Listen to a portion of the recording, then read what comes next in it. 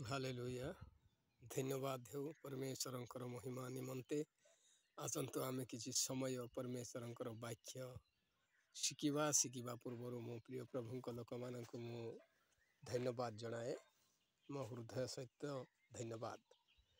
ଆଉ ଆରମ୍ଭ କରିବା ପୂର୍ବରୁ ମୁଁ ରିକ୍ୱେଷ୍ଟ କରେ ଭିଡ଼ିଓକୁ ଆରମ୍ଭରୁ ଶେଷ ଯାଇ ଦେଖନ୍ତୁ ପ୍ରିୟମାନେ, ଆଉ ଅନ୍ୟମାନଙ୍କ ପାଖକୁ ମଧ୍ୟ ପହଞ୍ଚାନ୍ତୁ। ଧନ୍ୟବାଦ। ଆମର ପରମେଶ୍ୱର ମହାନ ଅଟନ୍ତି। ସେ ସର୍ବବ୍ୟାପୀ ସର୍ବଶକ୍ତିମାନ ଅଟନ୍ତି। ଜିହୁବା ଜିରି ମେଘ ଆଲଫା ଆଦି ଅନ୍ତ, ସେ ଆରମ୍ଭ ଆଉ ଶେଷ। ଆଜି ଆପଣମାନଙ୍କୁ ମୋତେ ସୃଷ୍ଟି କରିଥିବା ପରମେଶ୍ୱର ସେ ଏ ଜଳ ସ୍ଥଳ ଗଛ ବୃକ୍ଷ ଜୀବଜନ୍ତୁ ସବୁକୁ ସୃଷ୍ଟି କରିଛନ୍ତି। ସେ ଆଜି ଆମ ପାପ ନିମନ୍ତେ କାଳବରୀ କ୍ରୁଶରେ ରକ୍ତ ଝରାଇଲେ 3 ଦିନରେ ଜୀବିତ ହେଲେ। ମୁଁ ଆରମ୍ଭରୁ କହେ, ସେ ସ୍ୱର୍ଗ ସିଂହାସନ ଛାଡ଼ି ଏ ଜଗତ ପୃଷ୍ଠକୁ ଆସିଥିଲେ। ଆମ ପାପ ପାଇଁ, ଏ ଜଗତର ପାପ ପାଇଁ ମରିୟମଙ୍କ ଗର୍ଭରେ ପବିତ୍ର ଆତ୍ମା ଦ୍ୱାରା କୁଆଁରୀ ଗର୍ଭରେ ଜନ୍ମଗ୍ରହଣ କରିଥିଲେ। ଆଉ ସେ ଅନେକ ପାପ ବହନ କରିବା ନିମନ୍ତେ ଆସିଥିଲେ। ଏ ବଳିଦାନ ନିମନ୍ତେ ଆସିଥିଲେ। ସେ ନିଜକେ ବଳି ହେବା ଯୋଗୁଁ ଆସିଥିଲେ। ଆଉ ସେ ତାଙ୍କୁ ଅନେକ ଛବ ପକାଇ ହତ କରାଗଲା, କ୍ରୁଶରେ ବଳି ଦିଆଗଲା। 3 ଦିନରେ ପୁନର୍ବାର ପରମେଶ୍ୱର ଜୀବିତ ହେଲେ, ଆଉ ଆଜି ମଧ୍ୟ ଜୀବିତ ଅଛନ୍ତି। ଯିଏ ତାଙ୍କଠାରେ ବିଶ୍ୱାସ କରେ ସେ ନିଶ୍ଚୟ ଅନନ୍ତ ଜୀବନ ଲାଭ କରିବ। ପ୍ରେଜ୍ ଦ ଲର୍ଡ। ତ ତେଣୁକରି ମୋ ପ୍ରିୟ ପ୍ରଭୁଙ୍କ ଲୋକମାନେ, ଆନନ୍ଦ, ଶାନ୍ତି, ପ୍ରେମ, ଆଦର ସହିତ ଆମେ ଥିବା। ଆଉ ଯେତେ ଯେତେ ଲୋକମାନେ ଖ୍ରୀଷ୍ଟିଆନ ମାନଙ୍କ ବିରୋଧରେ ଯାଉଛନ୍ତି, ଭୁଲ କରୁଛନ୍ତି। କାହିଁକି? ଆମ୍ଭମାନଙ୍କର ଈଶ୍ୱର ଗ୍ରାସକାରୀ ଅଗ୍ନି ସଦୃଶ। ଗୋଟେ ଲଗେ ନହେଲେ ଗୋଟେ ଲଗ ପକାଇବେ। ତେଣୁକରି ଜାଣିଥିବେ। ଆଉ ଆପଣମାନେ ଏଭଳିଆ କାମ କରିବେ ନାହିଁ। ଆର ମୁଁ ଧନ୍ୟବାଦ କରେ ଯେ ପ୍ରଭୁଙ୍କର ଦାସ ଦାସୀମାନଙ୍କୁ ସର୍ଦ୍ଦି ଟିକେ ହେଇଯାଉଛି ତ ମୋତେ ଟିକେ ଭଲ ଲାଗୁନାହିଁ। ଆପଣମାନେ ସତପଥକେ ଜାଣି ବିପଥକେ ଯାଆନ୍ତୁ ନାହିଁ। ଯଦି ଜାଣିନାହିଁ ତାହେଲେ ପବିତ୍ର ଶାସ୍ତ୍ର ବାଇବଲ ପ୍ଲେ ଷ୍ଟୋରକୁ ଯାଆନ୍ତୁ, ମାଗନ୍ତୁ, ପଢ଼ନ୍ତୁ, ଆଉ ଜ୍ଞାନ ପ୍ରାପ୍ତ ହୁଅନ୍ତୁ। ପରମେଶ୍ୱର, ମୁଁ 2ଟା ପଦ ପଢ଼ିବାକୁ ଯାଏ। ପଦ ପର୍ବ ମୁଁ ବାହାର କରନ୍ତୁ ଆପଣମାନେ ମୋ ସହିତ। ଲମ୍ବା କଲେ ହେବ ନାହିଁ ଭିଡ଼ିଓକୁ, ଆପଣମାନେ ଦେଖିବେ ବି ନାହିଁ। ତ ମାତ୍ର ଦେଖିବାର ଆବଶ୍ୟକ ଅଟେ।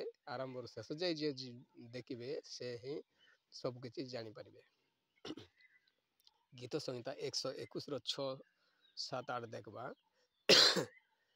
ଦିବସରେ ସୂର୍ଯ୍ୟ କିମ୍ବା ରାତିରେ ଚନ୍ଦ୍ର ତୁମକୁ ଆଘାତ କରିବ ନାହିଁ। ପ୍ରେଜ୍ ଦ ଲର୍ଡ।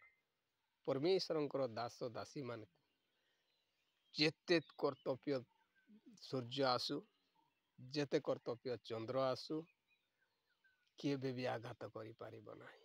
କାହିଁକି ନା ପରମେଶ୍ୱରଙ୍କର ଗୌରବ ନିମନ୍ତେ ପରମେଶ୍ୱର ହିଁ ତାଙ୍କେ ସୂର୍ଯ୍ୟ ଚନ୍ଦ୍ରକୁ ସୃଷ୍ଟି କରିଛନ୍ତି। ପରମେଶ୍ୱରଙ୍କର ଦାସକୁ କେବେ ଆଘାତ କରିବ ନାହିଁ। କେମିତି ଆଘାତ କରିବ ନାହିଁ? ଆମେ ମଧ୍ୟ ସେଭଳିଆ ହେଇ ଅଟଳ ହୋଇଥିବାର ଅଛି। ଦୁଃଖ ସୁଖ ଅନେକ ନିନ୍ଦା ତାଡ଼ନା ସହିବାର ଆବଶ୍ୟକ ଅଟେ। ପରମେଶ୍ୱର ଯେଭଳିଆ ପବିତ୍ର, ଆପଣାକୁ ମଧ୍ୟ ପବିତ୍ର କର ବୋଲି କୁହାଯାଉଛି। ଆମେ ତ ଜଗତରେ ଅଛୁ, ଅଧିକ ତ ପବିତ୍ର ହେଇପାରୁ। ଆମେ 5ରୁ ହାରାହୁରି ଆମେ 3% ମଧ୍ୟ ଆସିବାର ଆବଶ୍ୟକ ଅଟେ। 7 ପଦରେ ସମସ୍ତ ମଙ୍ଗଳରୁ ସଦାପ୍ରଭୁ ତୁମକୁ ରକ୍ଷା କରିବେ। 8ରେ ସେ ତୁମମାନଙ୍କର ଆଜିଠାରୁ ସଦାକାଳ ସଦାପ୍ରଭୁ ତୁମର ବାହାରେ ଯିବାର ଭିତରେ ଆସିବାର ରକ୍ଷା କରିବେ। ପ୍ରେଜ୍ ଦ ଲର୍ଡ।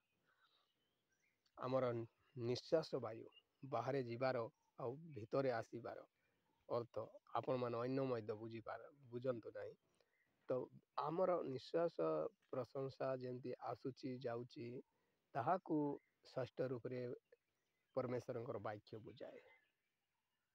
ସେ ରକ୍ଷା କରନ୍ତି। ତେଣୁକରି ସାବଧାନ ହୁଅନ୍ତୁ। ଆପଣମାନେ ଯୀଶୁଖ୍ରୀଷ୍ଟ ହିଁ ଜୀବନର ଜ୍ୟୋତି ଅଟେ। ସେ ନିଶ୍ୱାସର ଜ୍ୟୋତି ଅଟେ। ଏ ନିଶ୍ୱାସ ପ୍ରଶଂସା ହିଁ ପରମେଶ୍ୱର ହିଁ ଦେଇଛନ୍ତି। ପରମେଶ୍ୱରକୁ ହିଁ ଗୌରବ କରନ୍ତୁ। ଏ ନିଶ୍ୱାସ ପ୍ରଶଂସା କୌଣସି ବେଦ ଶାସ୍ତ୍ରରେ ମଧ୍ୟ ଲେଖା ନାହିଁ, କିନ୍ତୁ ପରମେଶ୍ୱର ହିଁ ସୃଷ୍ଟି କଲେ ମଣିଷକୁ ଆଉ ନାକରେ ଫୁଙ୍କ ଦେଇ ଜୀବିତ ପ୍ରାଣୀ କରିଛନ୍ତି। ତାଙ୍କର ଛଡ଼ା ଦୁନିଆ ପୃଥିବୀରେ କିଏ ହିଁ ସୃଷ୍ଟି କରିନାହାନ୍ତି। ଏବେ ଆପଣମାନେ ନିଜେ ସୃଷ୍ଟି କରୁଛନ୍ତି, ଗୋଟେ ମୂର୍ତ୍ତି ବନାଉଛନ୍ତି, ଆଉ ସେ ମୂର୍ତ୍ତିକୁ ନିଜେ ହିଁ ସୃଷ୍ଟିକର୍ତ୍ତା ହେଇକରି ମଧ୍ୟ ନିଜେ ହିଁ ସେ ସୃଷ୍ଟି କଲା ବସ୍ତୁକେ ପୂଜା କରୁଛନ୍ତି। ଏ ଜିନିଷ ଗୋଟେ ମୋତେ ବହୁତ ଭୁଲ ଲାଗେ। ଆପଣମାନେ ଯାହା ଭାବନ୍ତି ନିଜେ ଭାବବା କଥା, ଆରେ ମୁଇଁ ନିଜେ ସୃଷ୍ଟିକର୍ତ୍ତା ହେଲି, ନିଜେ ବନେଇଲି, ତାକେ ମୁଇଁ ମୁଡ଼ିଆ ମାରୁଛି କି ପାଇଁ?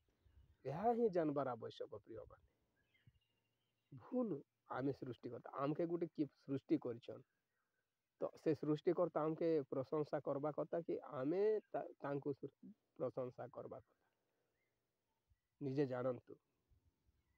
ତେଣୁକରି ନିଜେ ଗୋଟେ ମୂର୍ତ୍ତି ବନେଇବା, ତା କଲର୍ ମାରବା, ନଡ଼ିଆ କଦଳୀ ଅଗରବତୀ ଜଲେଇ କରି ପୁରା ମୁଡ଼ିଆ ମାରୁଥିବା। ଆମେ ସୃଷ୍ଟିକର୍ତ୍ତା ହଉ, ଆମେ ତାକୁ ସୃଷ୍ଟି କରିଛୁ, ପୁଣି ତାକେ ଆମେ ମୁଡ଼ିଆ ମାରିକରି ଭୋଗ ଦେବାର କଥା କି? ଏଇଟା ନିଜେ ୟାଦ କରନ୍ତୁ। ପ୍ରିୟମାନେ, ହିନ୍ଦୁ ଭାଇ, ମୁସଲିମ, ଯେ ବି ଖ୍ରୀଷ୍ଟିଆନ ଭାଇ, ଯେ ସମସ୍ତେ ଧନ୍ୟବାଦ କରୁଛି। ଆପଣମାନଙ୍କୁ ଭଲ ଲାଗିଥିବ ବୋଲି ମୋର ବିଶେଷ ଧନ୍ୟବାଦ। ଆଗାମୀ ଦିନରେ ମଧ୍ୟ ଆଉ କିଛି ବାକ୍ୟ ଆପଣଙ୍କ ସାମ୍ନାକୁ ମୁଁ ଆଣିବି। ଧନ୍ୟବାଦ। ଏହି ଭିଡ଼ିଓକୁ ଅନ୍ୟମାନଙ୍କ ପାଖକୁ ମଧ୍ୟ ପହଞ୍ଚାନ୍ତୁ। ଆପଣଙ୍କର ଦୟା ହେତୁ ଲୋକମାନେ ଯେମିତି ସତପଥ ଜାଣିବେ। ପ୍ରେଜ୍ ଦ ଲର୍ଡ।